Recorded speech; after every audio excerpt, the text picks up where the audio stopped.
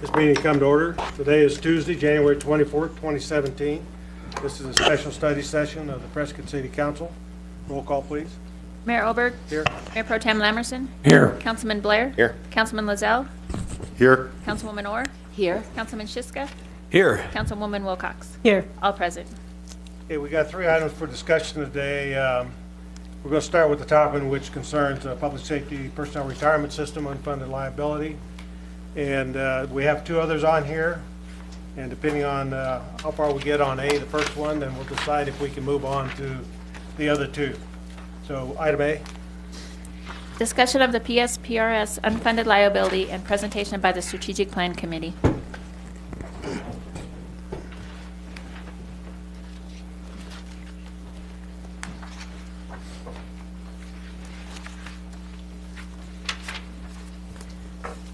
Good afternoon again. 2 weeks ago, I was here on behalf of the Strategic Plan Oversight Committee making a presentation about the options that we had discussed. There were 5 options, as you may recall. And our starting point was the Council's strategic plan goals that were discussed and agreed upon in September, October last fall. And we had 4 goals. They're all very important, but we decided to start with number 1, stabilizing the general fund. And of course, the biggest problem there, biggest challenge there is to find a way to pay down the pension debt, which is currently estimated to be $81 million. We received a number of suggestions at the last meeting on January 10th, and I do want to appreciate all of the people who came forward to the podium, who sent us emails, called us, approached us personally with ideas. We took all of those seriously, and we want to present those to you and explain our discussion about them. The first one is obvious. The one that comes up a lot is, why don't you just cut spending, reduce spending?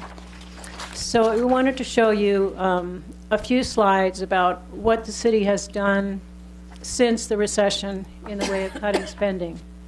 And this graph shows the number of full-time equivalent employees. Since 2008, we have dropped from 573 and a half full-time equivalent employees to currently 496 and a half full-time equivalent employees. There was a slight bump up in FY13, but that has now since gone down again. And as you probably know, personnel costs are the majority of our spending in the general fund.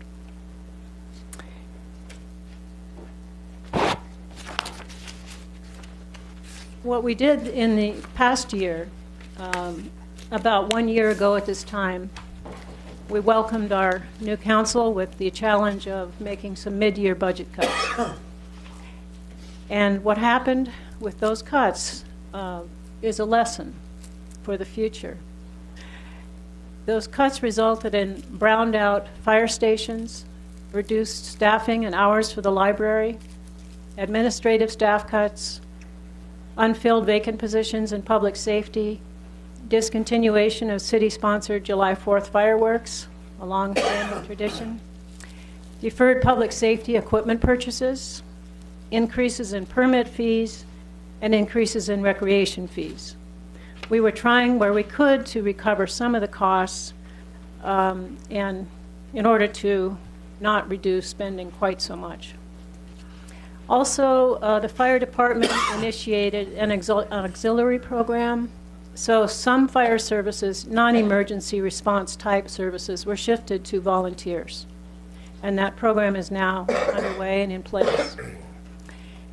And this fiscal year, we've had 3 vacancies of higher level positions, administrative positions, that will not be filled, that will save approximately $445,000.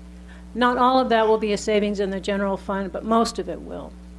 And we are advised by the city manager that there are more reorganizations which will occur this fiscal year and next. However, the thing to remember about reducing spending is that it's a temporary, partial solution. It won't get us the goal of reducing or eliminating the pension debt entirely. We can look at it on a year-by-year basis. But here's an example. We now know for fiscal year 18, which will start July 1 of this year, we have to come up with an additional $1.3 million to pay PSPRS. The total exceeds $6 million. So where will that come from? It will have to come from the general fund. And I don't want to be negative, but I think the conclusion there is obvious that if it comes from the general fund, we cut something else. Now, the next slide will show you that the city has paid the PSPRS contributions every year that we've been billed. The red line shows what the city has paid or what the contributions have been, and the blue vertical lines show what we have been billed through 2017. Beyond 2017 is a projection based on the factors that we anticipate the pension board will use when they give us the bill.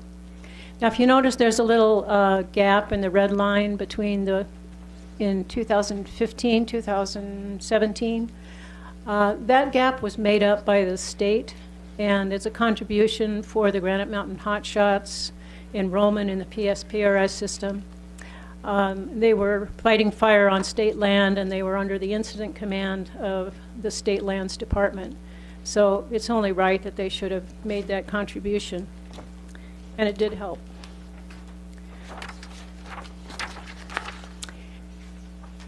This slide will show you that our general fund operating budget has hardly changed at all in the last 6 years.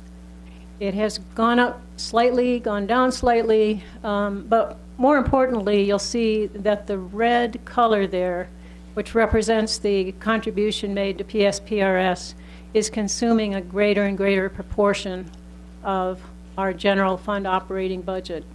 The tan line below it is our general fund operating budget.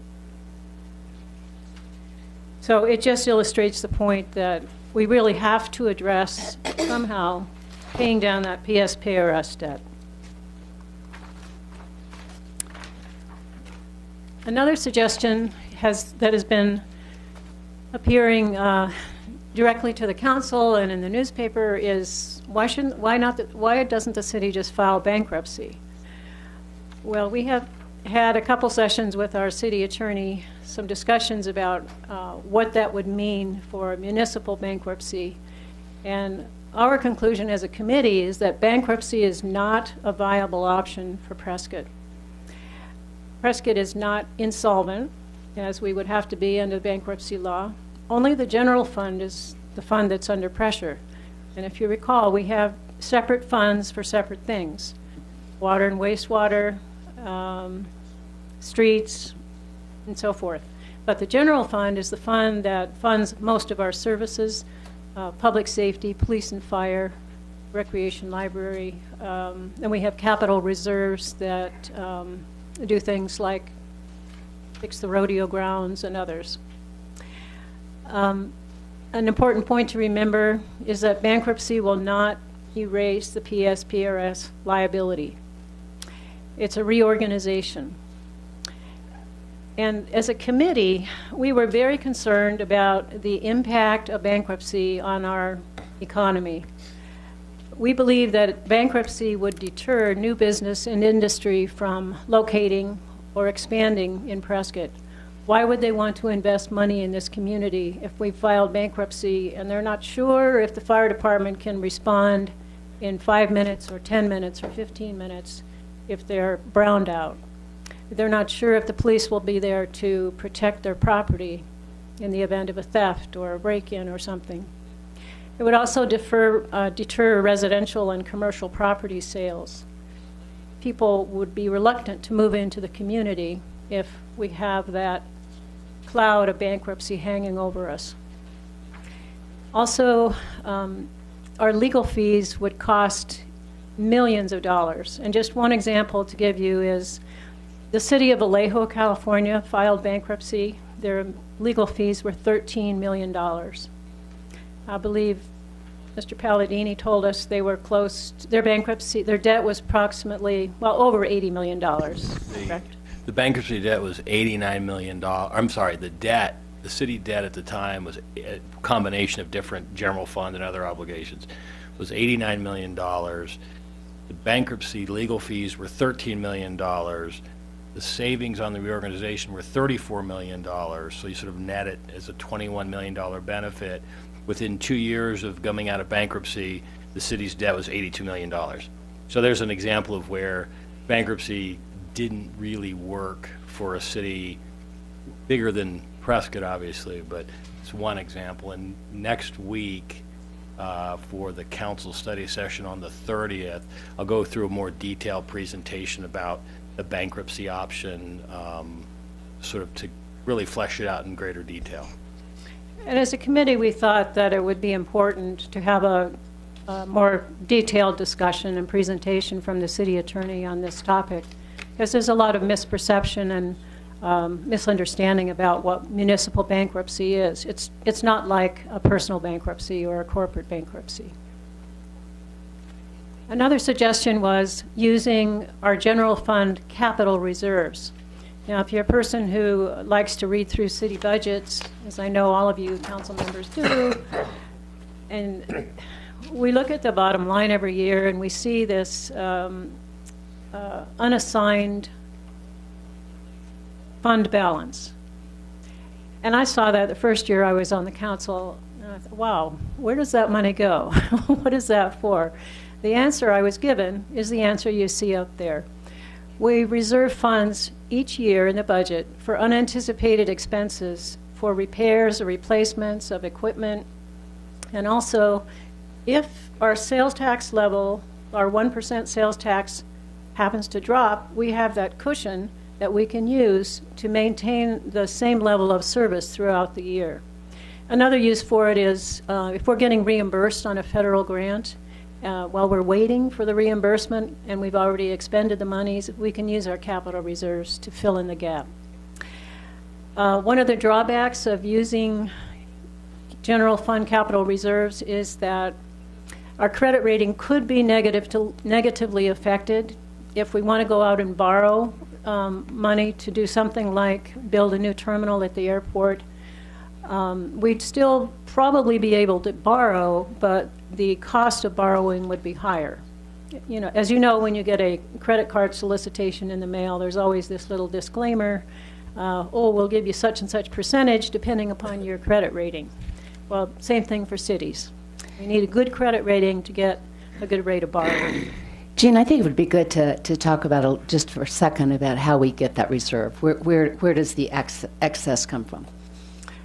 Right. Sales tax being more than what we expected, budgeted with, and I'm going to ask Mark to come up here and answer that one. because I know it was a question that we asked in our committee meeting, and I think it's Yep.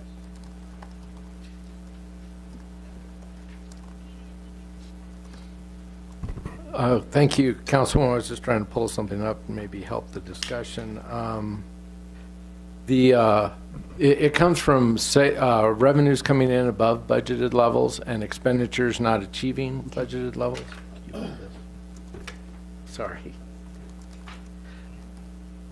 Just wanted to throw this up real quick.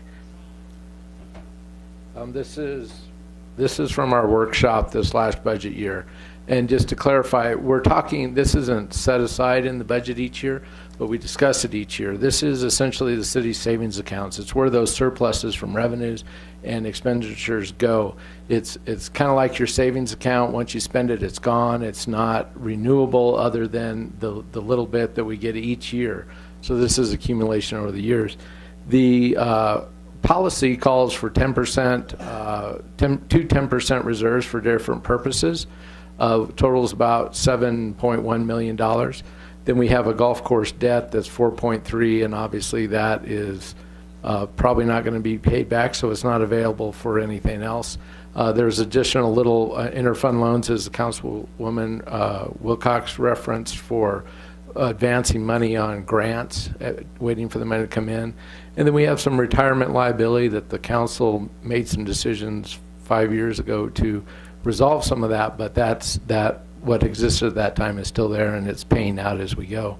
So that leaves the $14.6 million of available fund balance for this thing. So of the 28 that's there, besides the reserve policy, there's that 14.6. Thank you. Mark, in terms of industry standards, what's a good percentage of your operating budget to have in reserve? We felt when I started as the budget director in '01, it was 7% is what the policy was, and I feel that's way too low. We went to 20% that year, which was good, because the next year we had a terrorist attack in New York. Sales tax, disappeared for 3 months, but they still wanted police on the street. So that's what that reserve is for, so we can continue to fund the critical services, whether the revenues are coming in immediately or not. Thank you. I don't know who to direct this, maybe it be everybody, Mark, the manager. Why wouldn't we use some of that money? You could, and I'm not suggesting deplete the account, No, but for good standing and good intention with our lovely taxpayers that, we've got something, let's bring some of that debt down with some of that money. I think you could do that, Councilman Lozelle. I think you could do it as a one-time, or, I had this conversation a little earlier with Councilman Lamberson. If you could put almost a balloon payment of some sort, and then do annual payments as you make determinations about what your fund balance is going to look like year to year, I think that's a good thing to do in combination with the sales tax, or something to consider to do in combination. And right now, basically, we have 14 million. Correct. Yeah, I think it's important for people to understand that money is available if we need it, and that they're not just investing every year in our reserve, they're investing in something which is actually helping the city fund its obligations. It's bad, I don't mean to interrupt you, Councilman Wilcox. It's bad to use your reserves as a way to continue operating. Absolutely. What it's good to do is for one-time capital expenses or one-time expenses that are similar to a capital expense, which in my mind is this pension debt. So segues right into the last bullet point there. Using capital reserves from the general fund is a short-term solution, but it's something we could consider in combination with other things like a sales tax. A sales tax would give us a way to replenish that capital reserve fund so that we don't tip the balance and endanger our credit rating or put ourselves at risk if there is another disaster like a 9/11.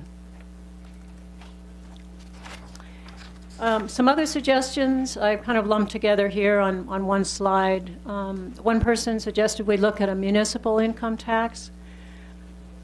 We are precluded by state law from doing that, and we would risk losing our state shared revenue, which is a big chunk of the money. Gene, even if it was legal, that would be a huge detriment for high-income people to move into this community. Yes, it would. And high-income earners who are, not just retired people, but people actively earning money. And let me also interject that income tax is the most expensive tax to administer and collect. And we wouldn't be able to piggyback on the state. You'd have to, again, despite the fact, or notwithstanding that it's illegal, it's a very expensive administration cost on income tax. Just look at how the federal government does it. Another suggestion that came forward 2 weeks ago was, well, let's just get out of PSPRS. And I believe Mr. Palladini at that meeting said at the time, we can't. We are mandated by state law to have a pension system for our public safety personnel. And after, I think it was 1987 or so, is that correct? Roughly, yeah. PSPRS is mandated for public safety employees, so whereas ASRS is not mandated, so that's why you see cities like, well, Prescott Valley, for instance, isn't an ASRS. Phoenix, Tucson have their own retirement systems for non-public safety employees, but every city in the state is mandated by law to be in PSPRS for its public safety employees. Yeah, if it were that easy, we wouldn't be here. A third suggestion was let's wait for statewide relief from the legislature. Let's wait and see what the legislature does. Well, our committee discussed this at length. We have heard Governor Ducey say a number of times, there will be no additional taxes during my administration. And in general, the word we get is that the legislature is opposed to new taxes. Councilwoman Orr and Councilman Shishka had a meeting with Senator Fan last Friday, I believe. And I wonder if you would care to tell us what you learned from Senator Fan. Sure, yeah. We asked Karen, just pretty point blank, do you see anything on the horizon as far as that would take care of this unfunded liability? And she said no. She said, I don't. We talked about, what we've all been reading in the paper, and if you read the governor's budget, the majority of anything that we're seeing as far as increase will be going to education. There's some talk, another initiative on the ballot, but only for education. And as far as increasing our general fund, I know that Representative Campbell's also proposing a gas tax increase, but none of that will have anything to do with our debt or paying down the debt. And so she was pretty frank with us, and I appreciated her candor. And again, she said, this is it is a state issue in many ways, but in many ways it's just a Prescott issue.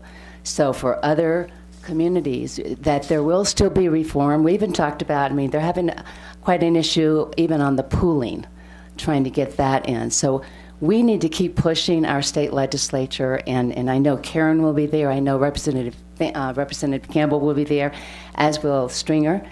But to say that they're going to come in and fix this for Prescott just ain't going to happen. Right. And one of the challenges that we face as a small rural community is that we're in a worse situation than a lot of the other cities, towns, and counties in Arizona. We did do some checking with other cities. Tyler Goodman called around. A lot of communities have higher property tax rates than we do. Ours is really, really low at 0.3025. I'd say that Prescott Valley, if you look at Prescott Valley's property tax rate, which is basically tied into their fire, it's 9 times what Prescott's is. Chino Valley's is 14 times what Prescott's is. And Dewey Humboldt's is another 9 times what Prescott's is. And back in 2006, I asked Mr. Woodfield there about where did we run into this problem? Why can't we increase our property tax? Not that I want to, but why can't we? Why are we precluded by the Constitution from increasing our property tax? And it's because back in 2006, there was a citizen initiative to limit the property tax that you were able to collect to the last year that you collected it, which was 2005. So it was in arrears, and Prescott got hung with the 0.3025 plus a 2% inflation factor. Right. And there are other cities in the valley, larger cities, that have much higher property tax rates and much lower unfunded liability. And we just don't hold the political power in the legislature. The power, as we've always known it, is in the valley representation. So we have little hope that the legislature could come through. And I do think they will come through with reform. I want to really emphasize, there will be things that will happen that will make this system better going forward. Mm-hmm. But again, I don't see anything on the horizon. And even if they came up with a solution that could maybe help us with what we're doing, that is something that we can use and we can put it into play. So we can run these dual tracks. Let's push reform and let's take care of this issue rather than kick it down the... You know, Gene, we talk about taking care of the problem, and the legislature's tried a couple of times to take care of the problem. Ended in court. And one of the problems is Proposition 100 back in 1998. Proposition 100, one of the things said that in the analysis by Legislative Counsel, it said public retirement system benefits cannot be decreased or impaired. This was put into the Constitution and voted for 60-40 by the people. So if we're sitting back saying, gee, it's all the legislature's fault, yeah, the legislature proposed it, but the people ultimately stuck it in the Constitution. And this last little thing of public retirement system benefits shall not be decreased or impaired, that's the reason we lost the last two lawsuits. Right. And, you know, I think that the legislature has every right to go back and try and help that situation, but we keep running into Prop 100. Right. Good point. Well, I think it's important to notice on that Prop 100 that originally it was decided that what they wanted to do was prevent the legislature from taking pension funds and paying other obligations with it. Yes. And that's the way they couched it to the public. Right. Nobody really read down into the detail and realized that they were locking themselves into putting the pension system at a higher level than regular contract law. And so now it's enshrined in the Constitution. That's still something that we could look at going back to the legislature and getting a new proposal to get that changed, and I think that's possible. You know, anytime you go to the legislature with anything, it's going to be pushing a big rock uphill. I know that. That's right. I understand that. But at the same time, you know, I remember in 2015 when I was saying we need to get some reform to the system. I had many, many people, some of them sitting right in this room, tell me it's never going to happen. You're wasting your time. And we did get some reform. It was a hard push, but we got some. And that doesn't mean that we couldn't get some more. But obviously, you know, this was sold incorrectly. If everybody had known that this was going to lock in pension systems to where they could not be changed under normal contract law and negotiations, I don't think it would have passed. But people didn't read the fine print. I agree with the mayor. I think that we got a pig in a poke. What's interesting is that there were 7 or 8 arguments for Prop 100. There were no arguments against Prop 100. So unfortunately, we got what we paid for. Yeah. I also agree with the mayor about, you know, we had Proposition 124, and then that passed quite fortunately last year, and that's helped us quite a bit. But again, that's going forward. That's with the Tier 3, yes. So, you know, nothing that's going to affect what we're doing now. Okay. Another suggestion was, well, there were a group of them, some form of variation on a sales tax. And we looked at all of these, and Mark actually did some calculations for us. One is, let's have propose a higher sales tax for the voters over a shorter period of time. But the projections show that this would only cut off 2 years from a 10-year goal for a 0.75% sales tax. And we heard from a number of people at our stakeholders meeting, including RV dealers and car dealers, that an additional 1% sales tax would put them way over the tipping point, and they would lose a lot of sales. They may not even stay in Prescott. So that was a serious concern. Another variation is, let's do a lower sales tax, something like 0.6, but stretch it out over a longer period of time. And we talked about that too, and we came right back to the sense that 10 years is foreseeable in most people's minds. We can see the end, and that's important. And one of the things we had proposed in the options 2 weeks ago was that we make it 10 years or sooner. if for some reason our sales tax revenue jumps up, we can pay that down sooner. We can get rid of it. Or we put it in a reserve fund and keep paying as we're billed. But we'll have it there to pay it off sooner. A third idea was to, third and fourth idea is to have kind of a tiered sales tax system.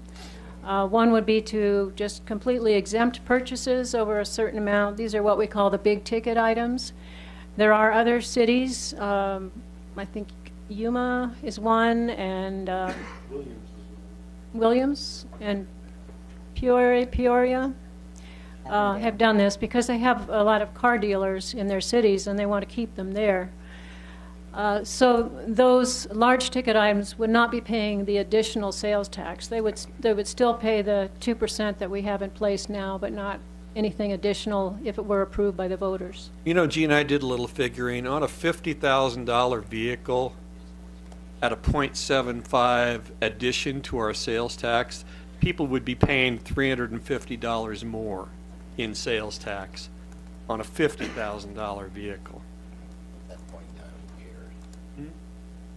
People got the money.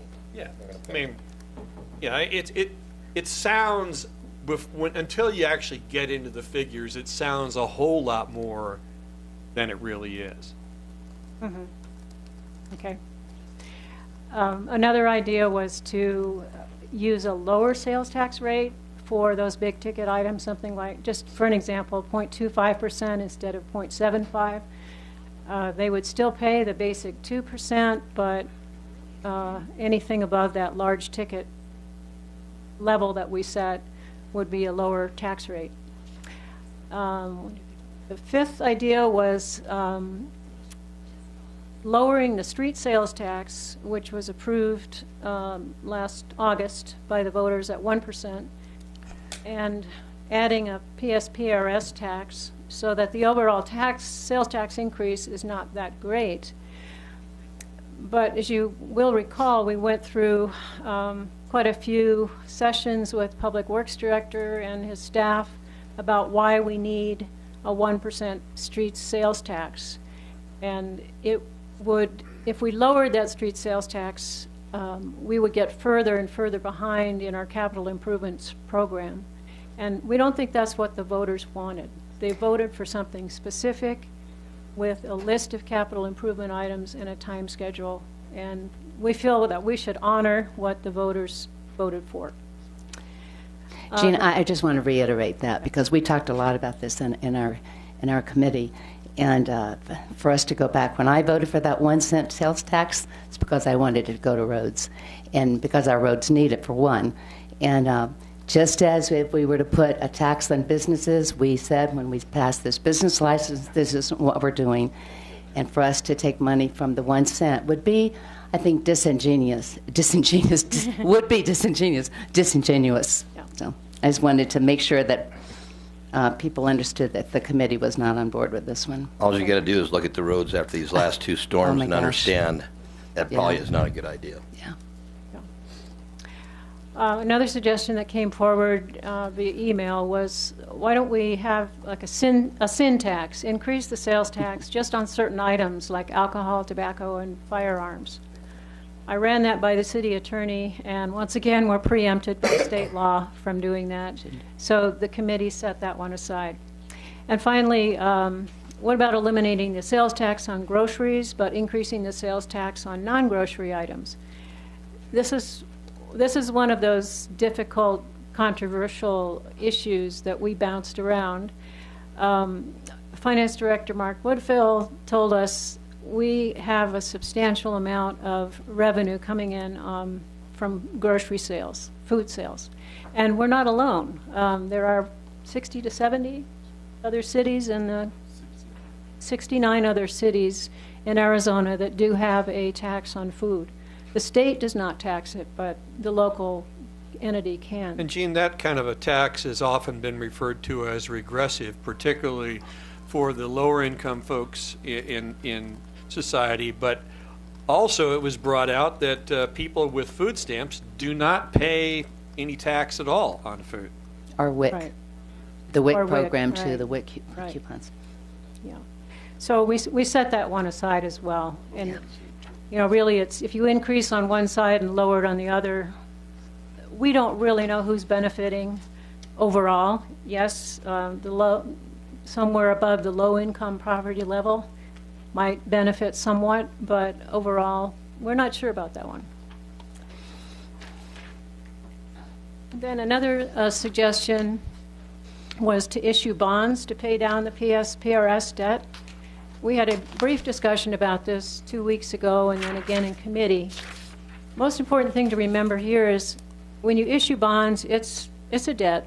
You're borrowing money, so you have to have a way to pay that back. And our creditors are the bondholders, the people who buy the bonds.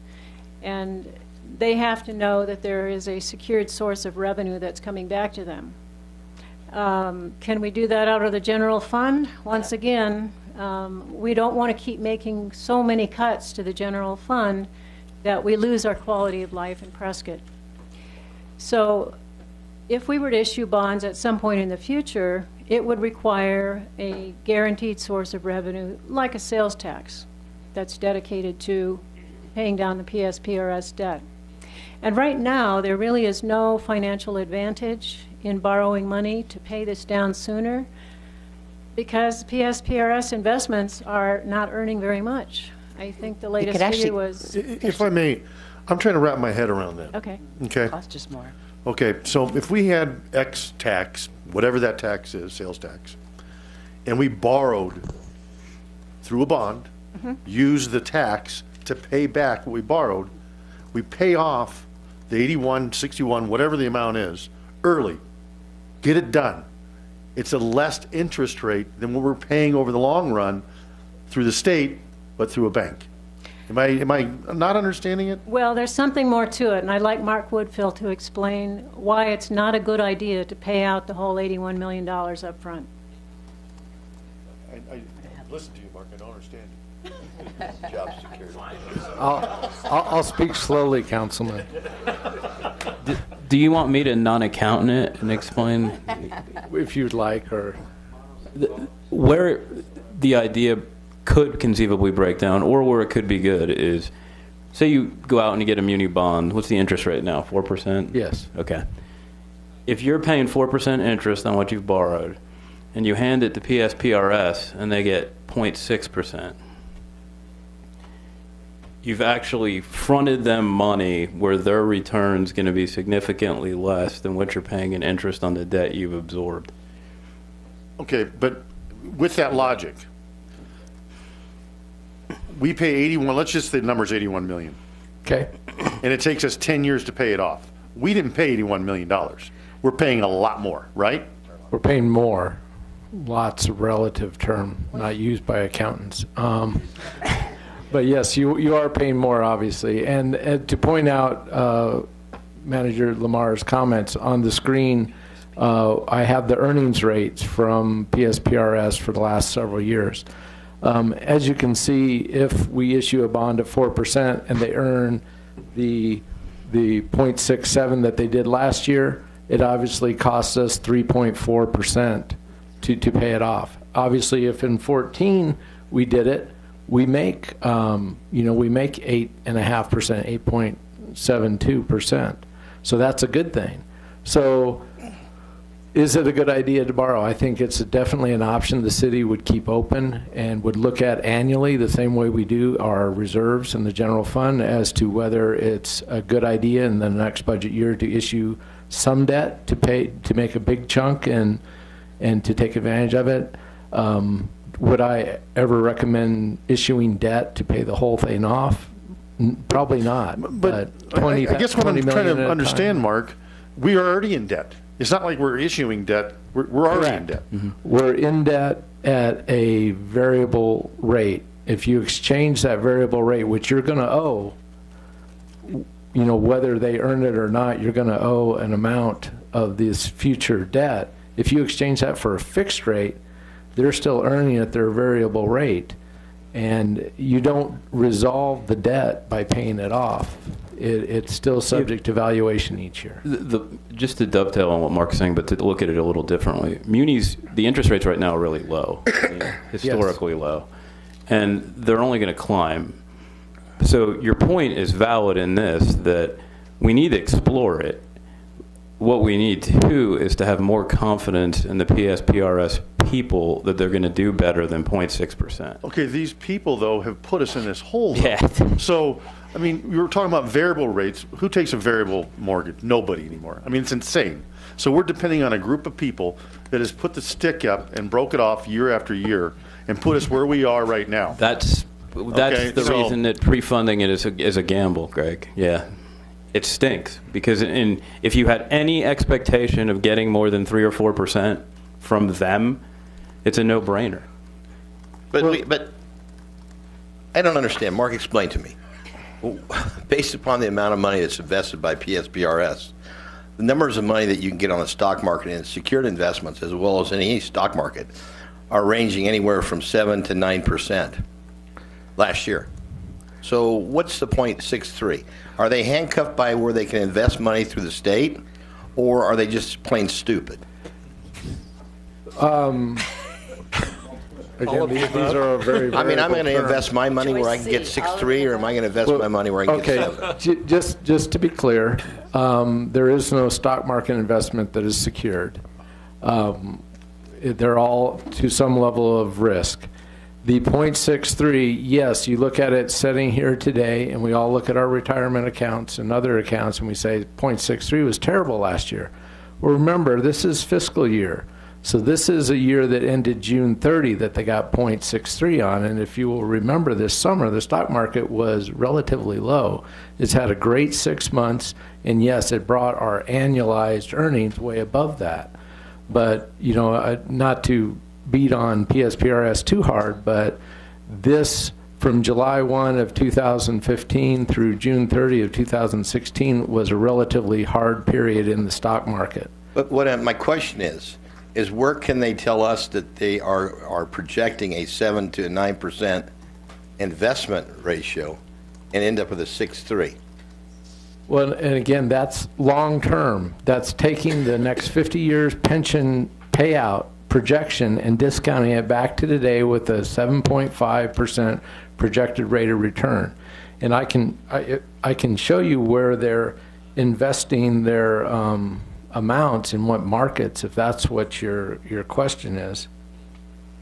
Is that what you want to know, or what's that? No, I think what he wants to know is PSPRS and their investment people limited by the state as far as what sectors they can invest in? There has been some changes to the investment policy that PSPRS is under, but right now they are invested. I'm sorry, I didn't have this up. Make sure I got the right retirement system here.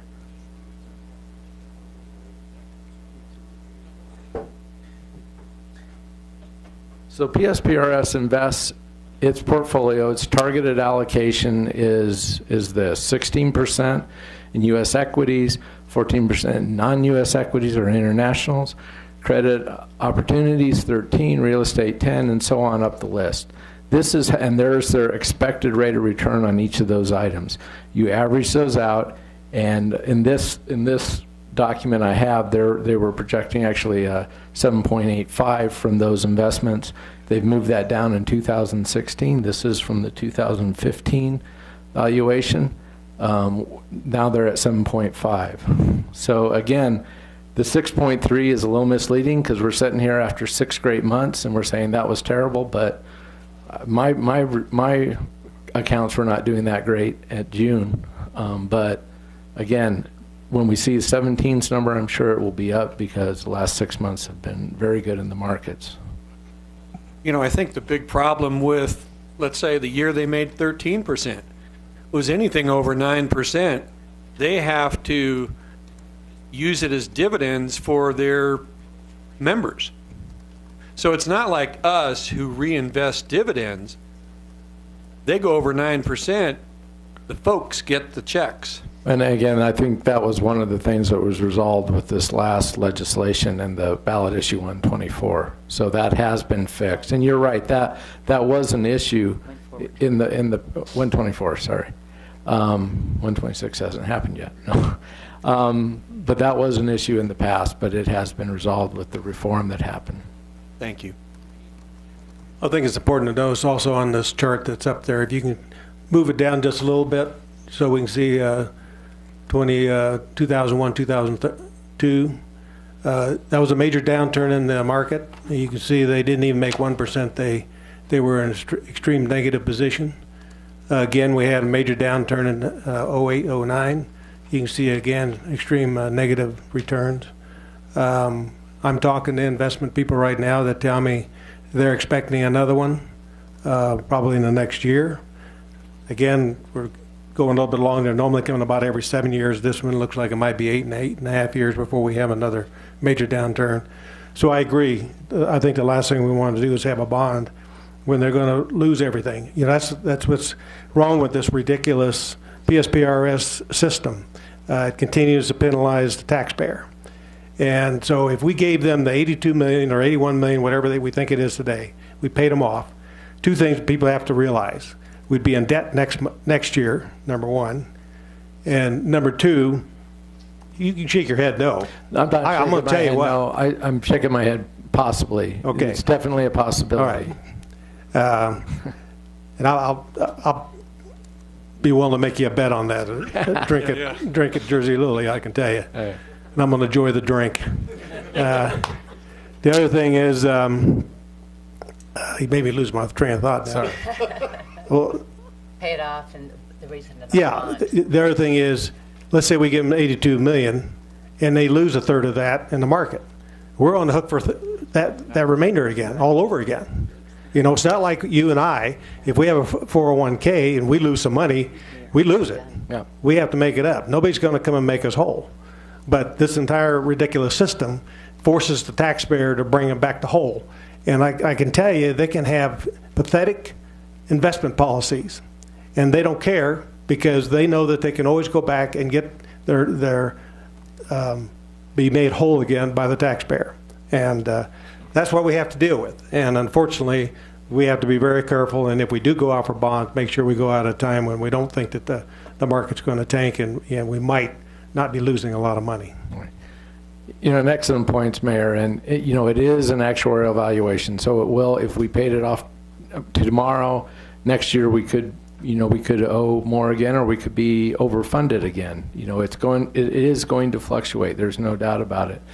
Another thing to keep in mind, though, since the impacts that they had when they were in the tech bubble and the real estate bubble, they have diversified their portfolio. They have a diversified investment policy. Again, it gets published every year on those percentages. So hopefully when the market does correct, and you're absolutely right, Mayor, the market's always correct, always fluctuate up and down.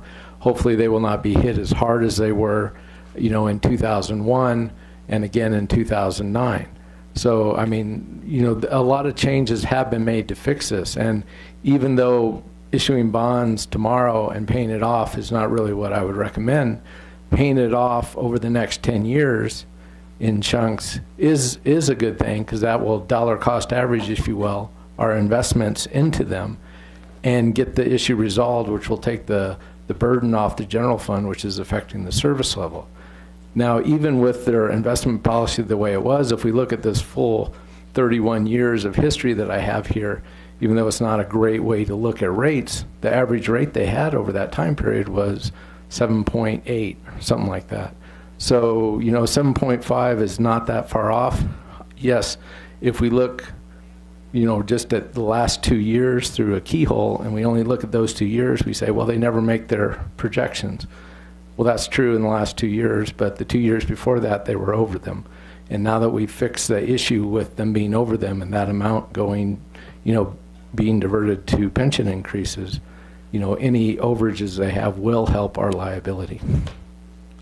And I think it's important to note, too, that, with the recent legislation, there's a new makeup to the PSPRS board. And hopefully we'll see a little bit better policies coming out from the new board. Yes. And a lot of what they have to decide in the next couple of months will be probably in legislation this year at the legislature, and that might help us also, not with paying down the unfunded liability, but it'll help us going forward. Great. Yeah, that's true, Mayor. Great point.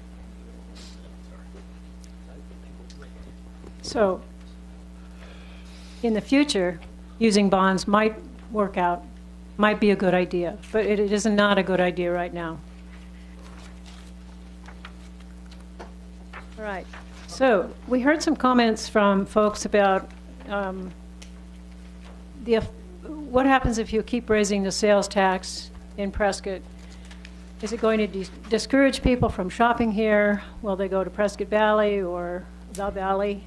So we took a look at the effect of sales tax rate increases on taxable activity in Prescott and Prescott Valley.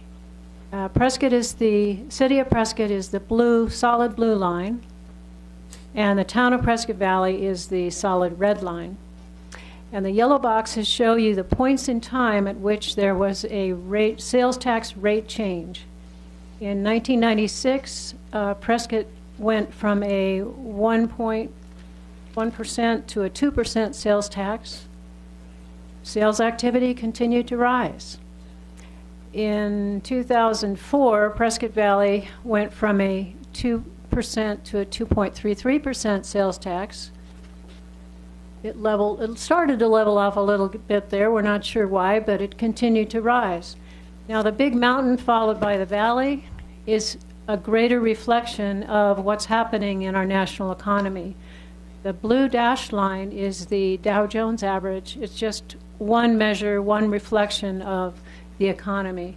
And you'll see the same kind of dip pattern there. Ours was, slightly delayed in our sales, but that is the much bigger factor in taxable sales activity. And then there was one more rate change in Prescott Valley, which we're always mindful of because they're still 0.83% more than we are. And even if we had a 0.75% sales tax, we would still be less than Prescott Valley. So that brings us to committee recommendations for the council. 2 weeks ago, we presented some options for your consideration. This time, we are recommending in a more generic way, which we hope will encourage more council discussion on a lot of these other ideas, combined with the option that we recommended.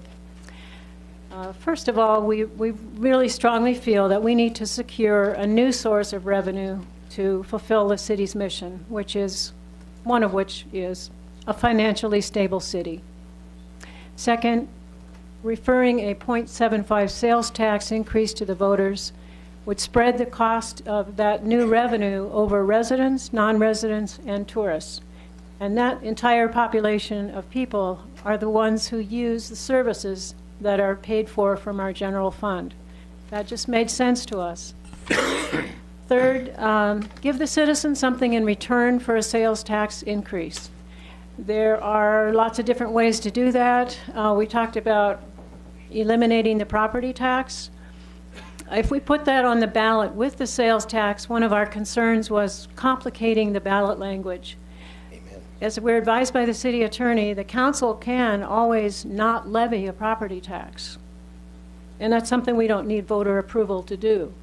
So we can keep that idea in mind this year, next year, whenever we can do it. Fourth, we want to keep the ballot language easy to understand.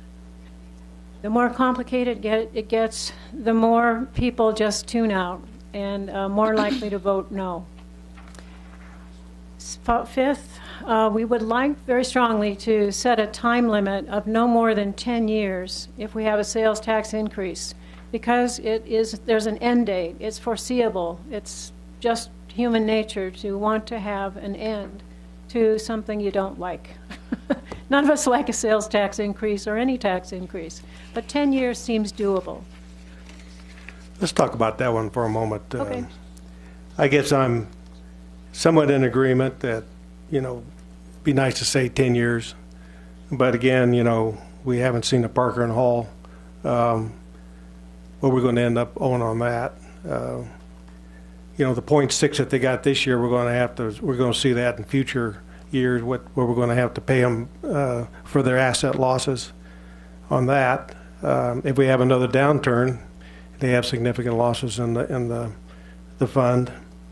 We could find that, you know, we could still have a substantial debt at the end of 10 years. So I guess what I'm trying to figure out is there some way that we can say this in a way that, you know, we don't lock ourselves into 10 years without having the ability to continue to move forward and keep the 0.75, that's what we decide to go with, for a greater period of time until we have at least a position where we think that we can continue to pay off any accruing debt, but still drop back. Maybe we drop back from 0.75 to 0.33 or something like that. I mean, I know that kind of goes against number 4. How do we, you know, make the ballot language to where it's easy to understand and it's not complicated? But I think we need to look at that one. I'm not sure saying 10 years and locking ourselves into that would be a wise thing to do. I think we would want to avoid ballot language that implies there's a promise that we'll pay off the debt in 10 years, because the reality is we don't know if it will be substantially paid down or paid off 10 years, sooner, a little later. Mark, will we ever have this paid off? I'm sorry, Mayor. Well, yeah, eventually it'll obviously be paid off. You know, the current policy of the PSPRS actuarial statements actuarial assumptions is that we have a closed 20-year period, 20 years from the 2016 valuation. So the current policy is that the whole unfunded liability will be amortized over that 20-year period. They also state in their actuarial that they'll reconsider that 20-year period when there's 15 years left in it to see if it's, you know, if it's a reasonable expectation to get there. Once you pay it down, as the mayor pointed out earlier, it's an actuarial valuation, so it will fluctuate where we might be overfunded one year and we're, you know, at 99% the next year underfunded with the liability. Obviously, being 90% funded or 100% funded is different than being 34% funded where we're at today. So it would, you know, significantly reduce the burden on the general fund. Now, for the liability from Tier 1 and Tier 2 to be fully paid off, it will have to be when everybody is retired and is no longer receiving benefits. Yeah. Well, that's what I mean. I mean, this is an ongoing thing. I mean, yeah, we can pay off what we perceive we owe right now, but it's not like all of a sudden that's it. Right. Absolutely. But, you know, when you get closer to being 100% funded, changing in that funding level to being, you know, a little less funded can be made up through regular operating budgets as opposed to this huge 70% unfunded. Could, at some point, at this 10 years, say we owe $2 million because of Parker Hall or $3 million, could we use our reserve to pay that down at that time? That's always, like I said, every year during the budget process, council has the opportunity to do things with the reserve, whether it's to invest in capital projects or to pay down debts, whether it's PSPRS or other debts. Always an option. Mayor Pro Tem. Thank you, Mayor. I don't know whether I want to ask you, Mark, or if I want to ask Lamar. Sure. When we go into the budget process every year, in the general fund, we look at 4 different operations within the city that are funded by the general fund: police, fire, parks and rec, and library. I don't think I've missed anything on that. So if we refer a ballot measure to the voters for 0.75 dedicated to police and fire, within the budgetary process, we know that the 0.75 isn't going to be spent on parks and rec. We know it's not going to be spent on library. We know it's not going to be spent on general government. More pork down at the White House. What we do know is that the .75 has been set aside for police and fire, which in the budgetary process includes our contribution to PSPRS on an annual basis. Am I correct in that? I think so, sir. Do you mean if we established a .75 sales tax, Solely for police and fire. but beyond PSPRS debt, would it also Well, I fund? guess the point I'm trying to make, the PSPRS debt contributions right now come out of Police and fire. police and fire. That's correct. right? That's 100% correct. All right. So, for 16 years or close to it, I've been saying I want a standard revenue source to fund police and fire. Now, understand, I'm not the one who's going to do this. That's correct. In conflict with some of the other comments I've heard, I'm not doing anything. I'm going to the voters and asking them, what would you like to do? And here's an option. One of the options that we can do is we can establish a .75 tax base to fund police and fire, out of which in the budgetary process their PSPRS contributions come from. And it is the same thing that we talk about within the 23 million or whatever it is we have in reserve. Mm-hmm. At any given time, we can take a portion of that 23 million and pay down our debt That's correct. with regard to the pension debt. I haven't missed anything on there, right? No, not that I think, no. All right. So one of the options that we have going forward to the public would be to dedicate a revenue stream for the funding of police and fire.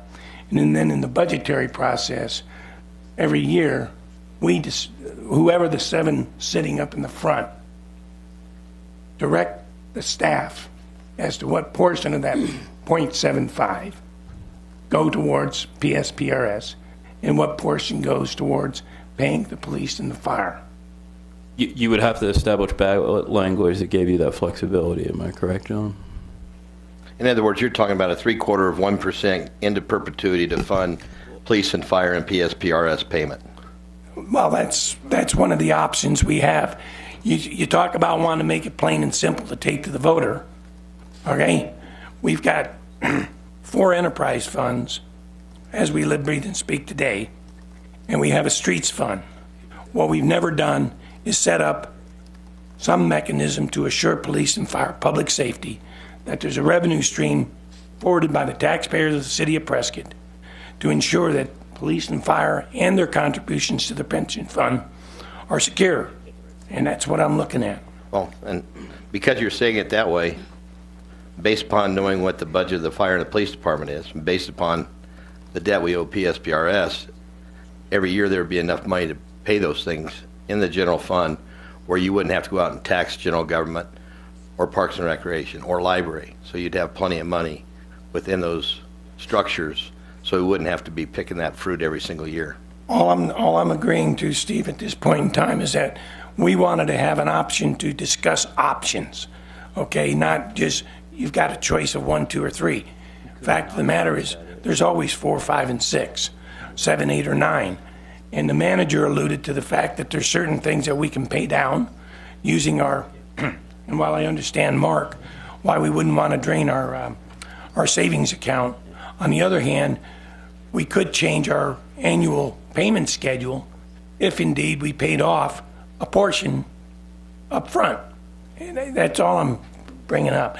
And if we go to the voters and show them here's what we've done, not only have we done that, but through the leadership of management, new management, we've established where the money that we didn't fund management positions is also going into the general fund. And you're offsetting the costs of various different things. So I'm just sharing with you there's a way to educate the public differently than we're just going to go raise your tax. Let me ask you this, Jim. I got Councilwoman Orr here. Let me Oh, go I'm ahead sorry. and get her out there. Go ahead. Well, one of the things when we spoke to stakeholders that we heard consistently was to make sure that whatever we did on the sales tax, that 100% of it was a dedicated tax to pay down the debt. So that was pretty consistent.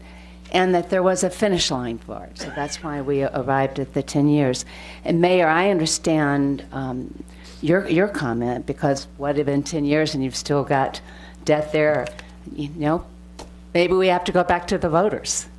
Maybe there's a new way of looking at these things in 10 years.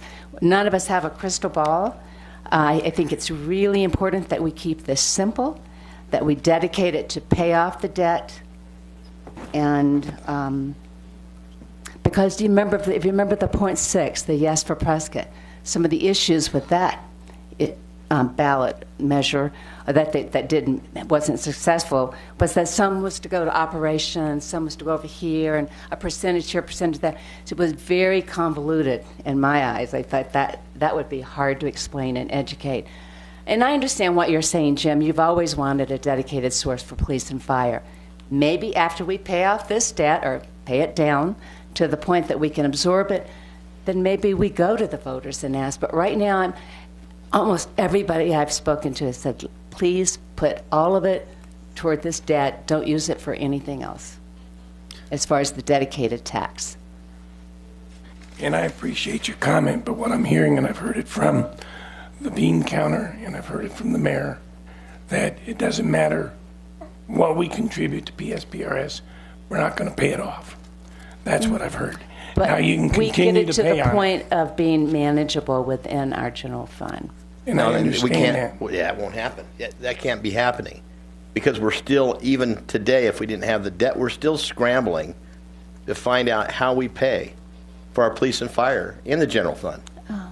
I mean, if we didn't, I mean, we're talking about $1 million here, $1 million there. I mean, I throw those numbers around, but as it's been alluded to, at some point in time, until, don't take the expression wrong, until the firefighters and police officers that invested in that system, we always are liable every single year to have a debt. Is that However, not correct? That's what I heard. So I'm going to make a statement, and correct me if I'm wrong, Mark. If we didn't have this $81 million debt right now, our general fund would be in pretty good shape. Well, I mean, I know we've cut services dramatically, Right. but this year we've paid $5.3 million. Next year we have to add another $1.275. So if we had that money within our budget to do what we needed to, our city would be in pretty good shape. I would agree with that to one extent. We've taken away all the capital improvements from the fire and police department. We've taken away some of the job opportunities. We've taken away training. I hear We've you. dilapidated them in a big way to make our general fund pay for the services. So the bottom line to it is, regardless of how you look at it, we're always going to be hurting for money in that general fund, because we have no way to fund an ever-growing Are the ones that, resource, which is fire and police.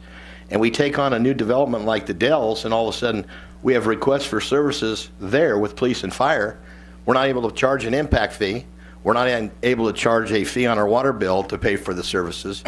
That portion has continued to grow with the same amount that we have in the general fund, and it's never going to be enough, period. I agree with Jim. Councilman Shiska. Thank you, Mayor. Sorry for interrupting. I think that it's really tough to say we're going to set aside this amount for police and fire. And the reason I say that is I'm wondering if we're limiting police and fire by doing that. Certainly you could say, okay, let's take this 0.75 and make it for police and fire. Is that enough? 0.75 would be about $9 million. Isn't police and fire obligation about $19 million? So how do we do that without busting the bank, so to speak? You know, I mean, 0.75 wouldn't be able to fund police and fire. If we're going to have a sole amount of money to pay for police and fire, it'd have to be closer to 1.5% tax to pay for police and fire. I think we'd have to make sure that the ballot language is written so that that's not the only source of funds for police and fire. We could choose as a council to supplement funding from the general fund. I guess then it goes back to Billy's point of keeping it simple.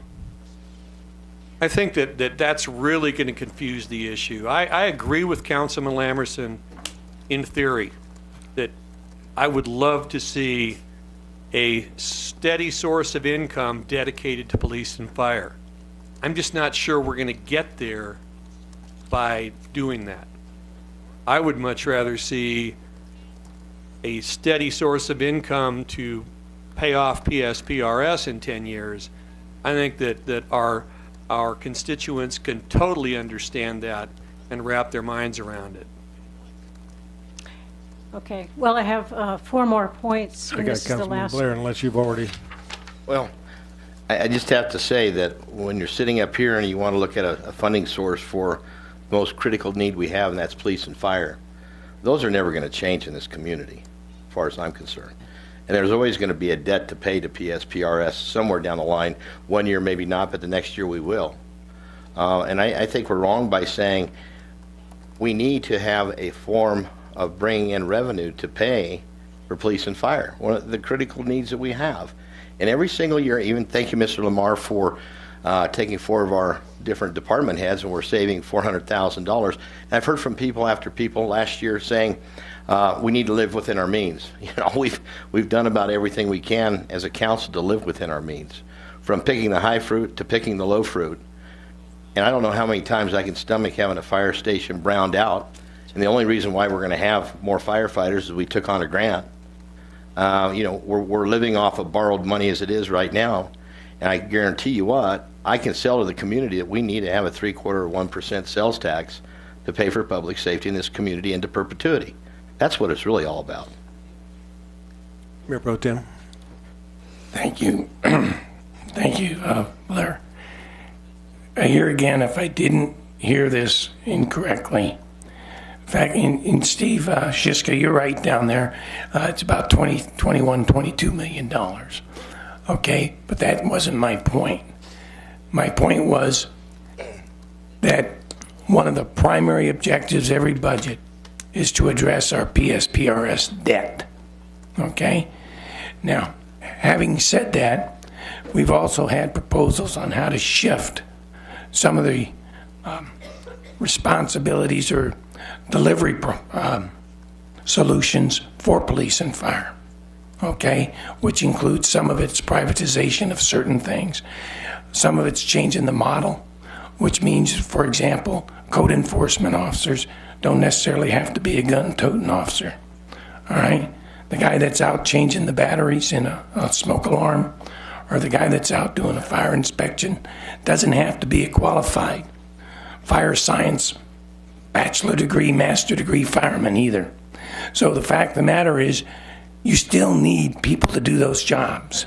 And you still need a dedicated source to provide police and fire. And those are all activities that come out of police and fire. So my suggestion was very simple. Now, that doesn't mean that I get my way. What it means is it was a suggestion. There are other options, not just 1, 2, and 3. There's also the ability to ask the voters, do you want to dedicate something to fund your police and fire? And if they only want to support paying off PSPRS debt, they'll say no. And if they only want to support the cops, they'll say no to the PSPRS too. And we lost that one already at a 0.55. So I'm not saying my suggestion's right. What I'm saying is it's another option. Just another option. Yeah. Councilwoman Orr. One of the issues regarding the 1 cent for streets and open space is that wasn't really clear about how that was to be divided, and there were assumptions made about that tax, and we all heard that over and over again, that they could have redone that. So I think it's really important that we are very clear where our issue is that we have a debt that needs to be paid down, and this 3/4 of a cent will help us pay down that. And I think if there's light at the end of this tunnel, and we can show, and then, Mayor, I go back to your question, then what do we do in 10 years? And I think then we may have to go back to the voters, but maybe we're in a different situation at that time, and maybe other ideas have surfaced to have a funding source. But Steve Spott, you're probably talking 1.75 would be what you would almost need. 0.75 is not going to pay for your cops and your fire. I mean, it isn't going to do it. So But it will make our general fund whole. Just imagine if we did not have to pay this year $5.3 million out of our general fund, and next year another 1.2 on top of that, what we would be able to provide for our city. I'm an optimist, but I still think I'd rather use a word that, rather than make us whole, it would definitely improve our situation. Thank you. But I kind of agree with Jim on one thing, and I think it would definitely simplify it for everybody, knowing going forward that we don't have an adequate funding source for police and fire. We need one. And if you just said, you know, it's going to be 0.75 right now, it's going to be primarily to pay off the PSPRS debt, but in the future it's going to be to provide the additional services that we need from police and fire, then I think that would be something that would be palatable on a ballot initiative, and I think it would also be something that would be supported. So I kind of agree with Jim on that. I think that would make it easier to go ahead and make that understood on the ballot initiative. Okay, I'd like to continue with the rest of the committee recommendations. Oh, you weren't done? No. Number 6, we think it's very important to set a date, call for an election to be held on August 29th of this year, to commit us to a deadline, continue these really good discussions we're having today, and work hard at it. And you'll look right to the bottom, number 9 there. We're suggesting that we have weekly council meetings until the council as a whole decides on a PSPRS/public safety funding option. We need to keep our feet to the fire, and we need to keep going. You know, one of the problems I found being on council for 3 years is that, and Greg, you probably felt this too, what happened 2 years ago, you know, I have to go back and find the record. I don't remember it in my head. So if we have Steel trap right here, remember it all, Gene. Yeah, if we have long gaps between meetings, we have to keep repeating what we did, and we need to make progress. This is really, really important. And Jean, if I could speak to that, because we as a committee, Steve Shiska, Jean, myself, I really do feel that we've brought some good options. We've listened to everything. We've put numbers to things.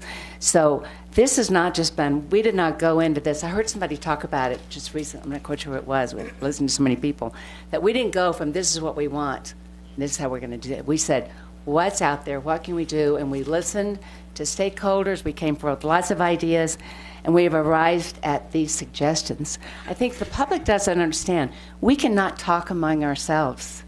And it's just killing me that I can't walk into Harry's office and go, Harry, what about this? We can't do that because we've got 3 and that would violate open meeting law. So the only time we can discuss these issues as a council is right here. And so I asked Jean to put, so kill me, I asked Jean to put this last one on there because I just feel we need to make progress because time is going quickly, and the 3 of us want to talk with all of you and get ideas, and we can't do that unless we're in a situation like this. And another reason for having those weekly meetings is we need to make a decision so that we have a citizens group who can promote this ballot issue for us. We can't do it as a council. We can't spend government resources to promote the outcome of an election. We can go out and give information and speak to clubs individually and groups, but we really need the support of a citizens group. And there have been a number of people who've come forward and offered to help. They're just waiting for us to make a decision on an option. What are we going to put on the ballot? So the next step, once we make a decision, is for us as a council individually to call people and recruit a citizens committee. It should be broad-based, so we're touching all sectors of the community, and we can reach out to all the voters. And most importantly, we need to allow them time to raise money for a campaign and get out on the road with brochures, radio messages, whatever way they choose to get the message out. And time is very important. So if the sooner we decide on an option, the better. And if we set ourselves a deadline that we're going to have an election in August, we'll get the job done. Before you sit down, did you have further comment? I got No, you I'm up good. here. I'm sorry. Are you done? Okay. Did you have something? Just one more thing, Mayor. You know, we asked Mark to come up with an average consumer here in Prescott, and it's $23,000 in retail sales per household. And that's an average, and that's including the people who buy $50,000 vehicles and $100,000 RVs and things like that. But I put a little number to the paper, and at 0.75, that would be 47 cents a day. If, in fact, you were spending $23,000 on retail goods and services here in Prescott. So only 47 cents a day to be whole with police, whole with fire, whole with the library, and the general fund whistles on down the road. So for 47 cents a day. Thank you. Councilman Lozelle? Thank you, Mayor. Gene, since you have the podium, instead of rehashing everything that we agree on, which we agree on most of it, all these items, where do we need to come back as a council and decide on what we disagree on and come to a consensus on? Well, we'd like to set weekly meetings, as we said, probably every Tuesday. But And I with guess this- my point is to make that time more valuable instead of rehashing the same graphs and what we agree on. I think we need to discuss on what we don't agree on to come to an agreement on those 3, 4 items, whatever. Is it 0.75? Is it how the 7.5 is spent? Is it, you know, what are those items? And just concentrate on those things. We could structure our discussion from that starting point, so we eliminate what we disagree on. We know it's not going to happen, so, thank you. Mayor Pro Tem? Thank you, Gene. I happen to like your comment about public safety, PSPRS, as a unit, because that's what it is. It's a unit. And, you know, that's the way my suggestion is to pose this to the public. It's a unit because it's one and the same. You can't have one without the other and vice versa. So that's my comment. Mayor, do we have this on the voting session at all today? Yeah, it's on the So we voting session can't today. carry on some more dialogue and come up Well, with... we're going to open it up to the public here for a few minutes. They might have some new options to look at, you know. so. Mayor, just point out that the only thing on the voting session today is the resolution to call for the special election on August 29. So No, there's also. There are 2 items on the agenda. One is to call for an election, the other is to select an option. Oh, okay, I must You know, have... it's up to the council whether we want to defer withdraw that it then. second item to a Been later on time. vacation too long. Thank you for pointing that out too, Gene. One is to pick the date, the other's to figure if you want to do this, this, or this now or later. Right. Thanks. Okay, thanks, Gene. I want to thank the committee for all the work they've done, and, you know, it's a very complex subject, and the big thing is we want to make sure that we move forward for the city and for our public service personnel and make sure that their retirements are covered. But obviously, we got a bad system that's been foisted on us by the state legislature, and it's going to be difficult to get them to come to grips and change it to something that's going to be more equitable for everybody. At this point, I'd like to go ahead and open it up to the public for any comments. If you do come up, try and limit yourself to 5 minutes. Anybody want to come up?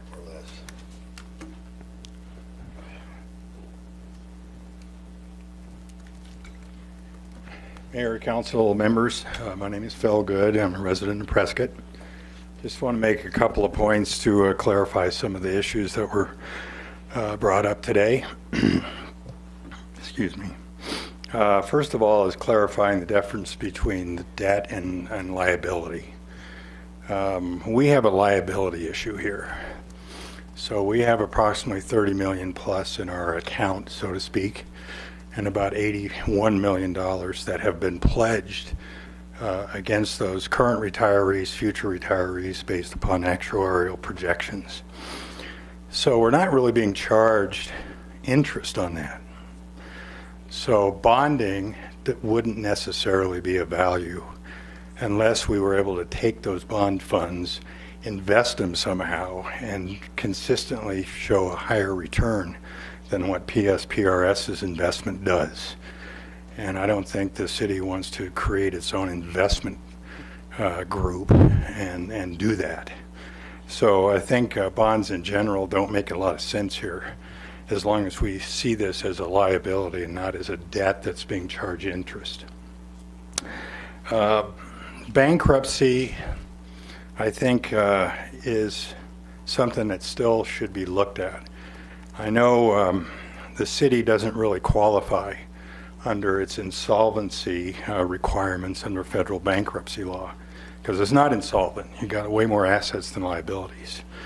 But the problem is that you have an insolvent general fund and state restrictions between having access to your enterprise accounts relative to your general fund obligation is the real problem there.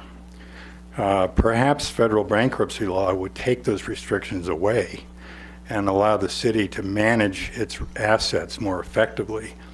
So I think that's a possibility that really hasn't been looked at because of the uniqueness of the city's restrictions between its assets. The California rule, which has been in effect for about 20 years and has restricted municipalities that have gone through bankruptcy from reducing their pension liability, has been the biggest problem. However, in San Bernardino's case, federal bankruptcy law changed that and allowed that city to treat its pension liabilities like any other creditor, and they were able to reduce their liability substantially. You use Vallejo as an example. They decided to treat their pension liabilities as a unchangeable debt, so they paid those in full, and that's what ended up causing them to go back into bankruptcy, because they never reduced their liability there. So now that the California rule has been discarded, there may be ability to reduce liability through the bankruptcy process. So I think it's still something that could be looked at in more depth.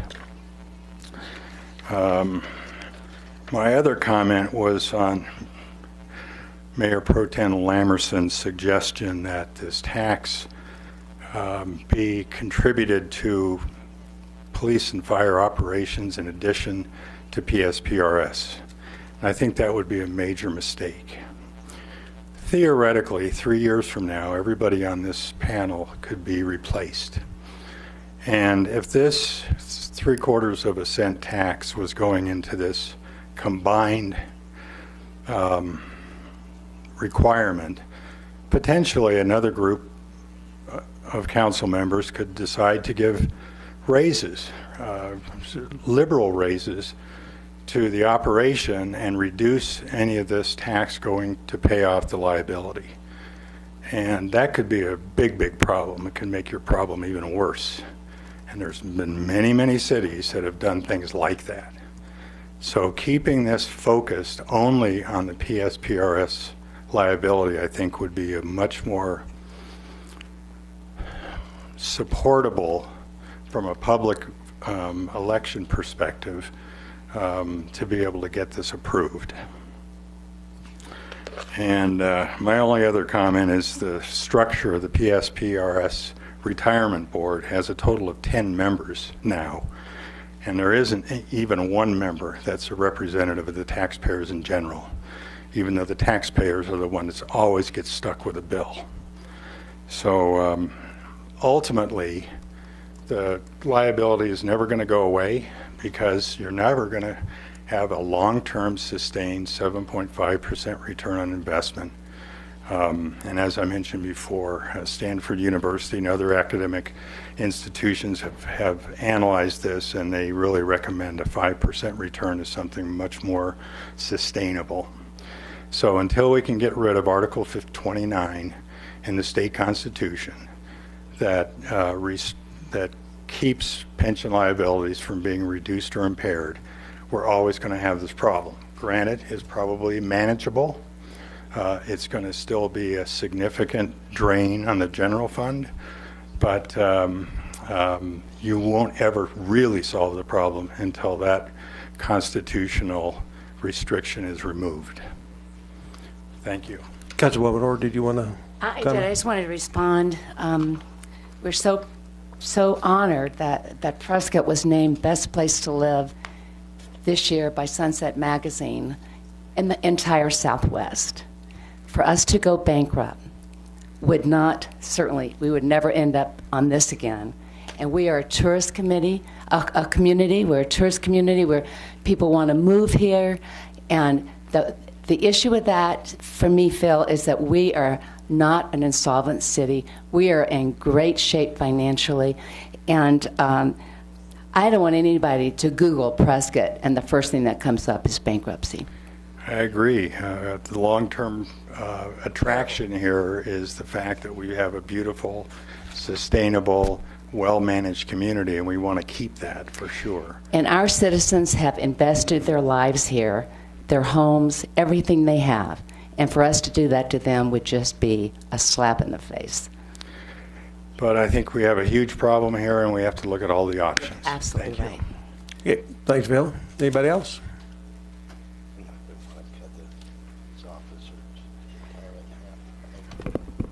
Good afternoon, Mary Beth Wren, Prescott.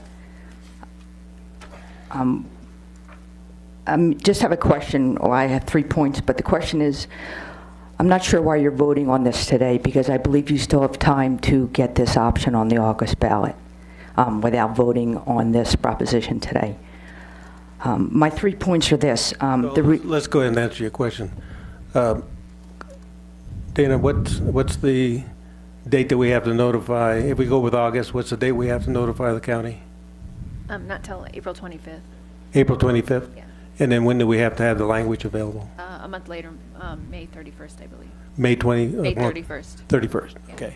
All right. Okay, thank you, Dana, because the Reason Foundation, Len Gilray and Pete Constant, I know this council received a briefing from them, and I believe this council is one of the very few councils across the state that received a briefing from them on their Prop 124.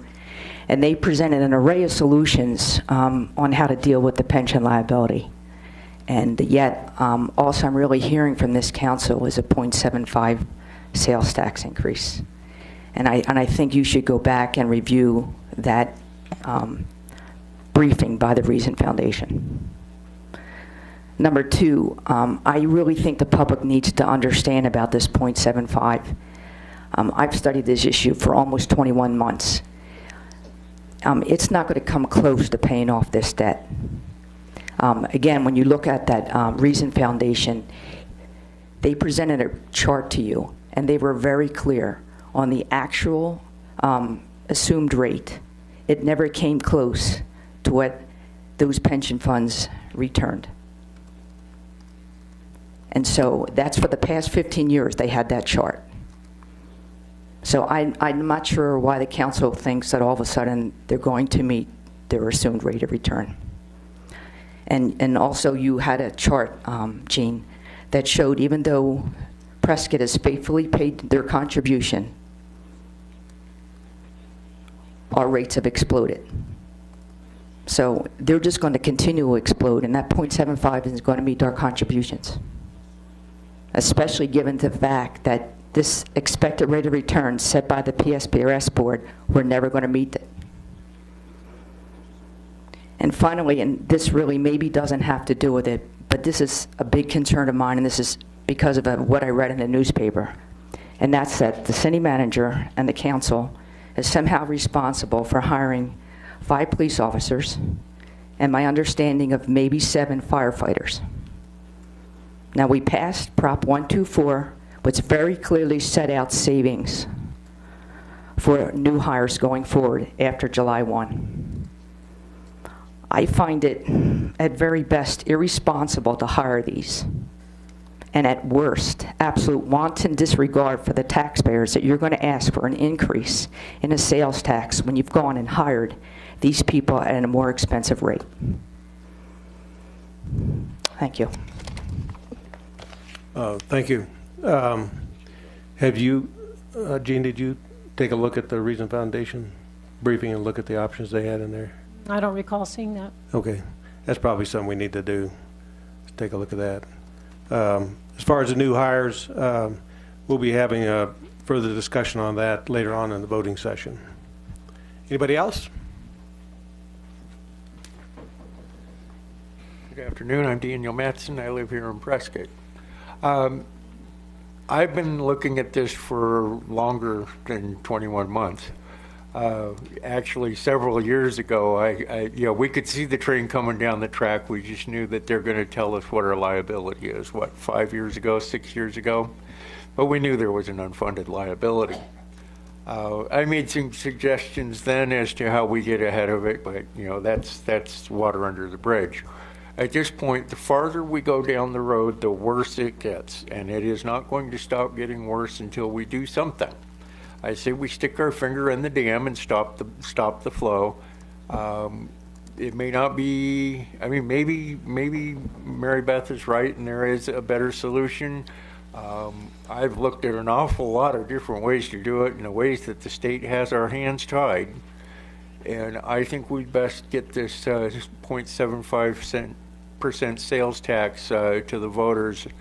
August 29th, I believe, is when the primary is, so we don't have to pay for a special election. We just tack it on with what we're all doing. I would suggest we go ahead and say we're going to do something on the August 29th election, and maybe we have a little while to figure out precisely what that is. But I don't think we can afford to continue waiting. And I was asked earlier, what would we have done if the 0.55 went through? Well, the 0.55 was considering a 20-year pay down. And now at 0.75, we're talking about seeing what we can do with it in 10 years. I think we are much better suited to just going ahead, biting the bullet, and putting this on the ballot to start fixing the problem. Hoping the state will fix it for us is not realistic. We have a much greater liability than most places because we've had a police and fire department for much longer than the other cities in this state. We were founded in, 1865? And I don't know when we went into the pension system, but we have a lot of fire and police that are retired now, and a lot of these other communities don't. They're not going to back, everybody paying for it. We better do this, and we better do it now instead of waiting another year to kick it down the road and have it even worse. So I support, deciding to put something on the August 29th election. We really need to do something. Thank you. Okay, thank you. Mayor, can I make a comment? Yeah.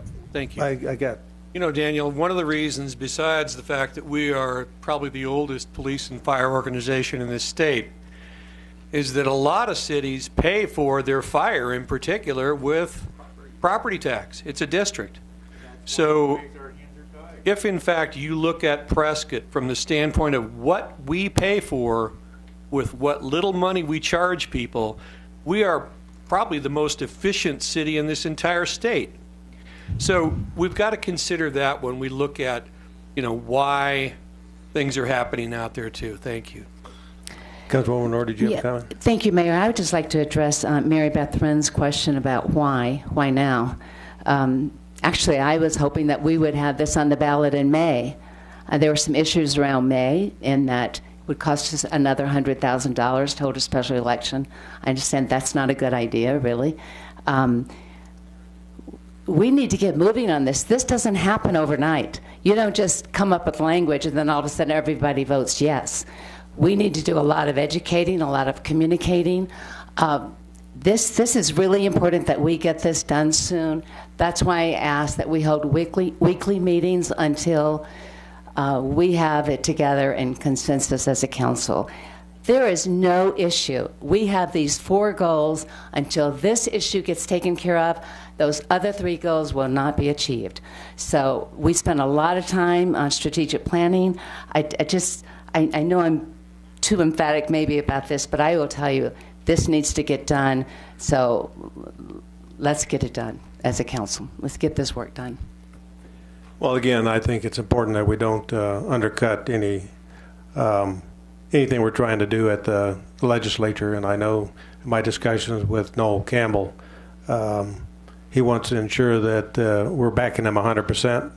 And by putting something on the ballot too early, or making it appear that we're going to put something on the ballot, may undercut his ability to do some of the things he wants to do down there for us. So, I think we need to be very careful about how we move forward on this. Councilman Shiska. Thanks, Mr. Mayor. Hey, Chief Light, there was a date by which we had to hire these folks coming on fire in order to get the SAFER grant, right? Before we go further on that, I know it was raised by a member of the public, but since it's an item I'm sorry. on the voting agenda, I think we probably should That's save probably the a good discussion idea. for that. Thank you. You can stand there. Any other public comment? I have. Okay.